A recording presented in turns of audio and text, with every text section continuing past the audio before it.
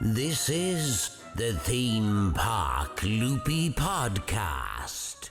The other thing about Scarefest is it looks like we're going to have more days, but it looks like they've reduced the hours slightly. It looks like we're going to be finishing at 8 o'clock during the week now instead of 9 o'clock. So I don't know what your guys' opinion on that. Is that a good move or a bad move? Alton Towers always get a lot of criticism for the short hours, so they seem to be doing it again. So I think it just robs, it just kind of rubs people up the wrong way a little bit, I think. Yeah, I think it's difficult sometimes in the UK because the weather is difficult, and we have quite strict laws around what you're allowed to do in terms of employees and working hours and all that jazz. And oftentimes it's quite cold in an evening, and it's not the most pleasant place and time to work.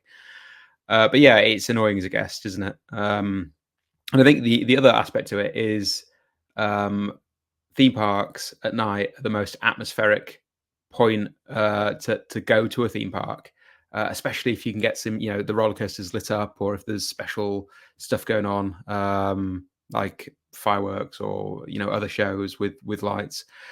So it's missing out on a lot of the sort of the peak atmosphere. So from my point of view, it would be great if they did try and just give us a few more hours, like you do get if you go overseas. I think that's part of the issue. Is I think we're always complaining at Alton Towers for not having decent opening times because we're comparing it to Disney and Epcot.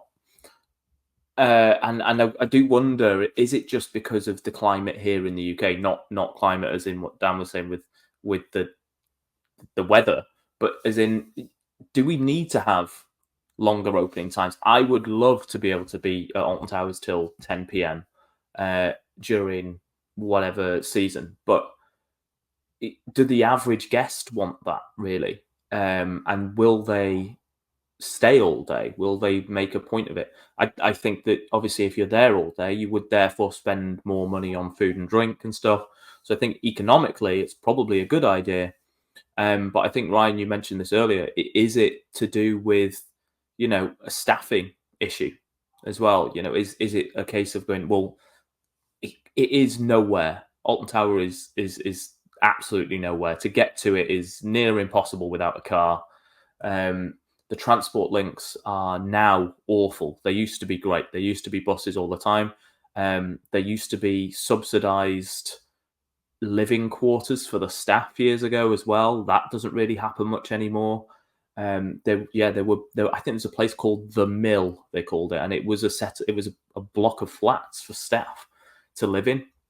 That doesn't exist anymore. So I think we're also going off the nostalgia of maybe having slightly later opening times, and maybe it's just not financially viable anymore.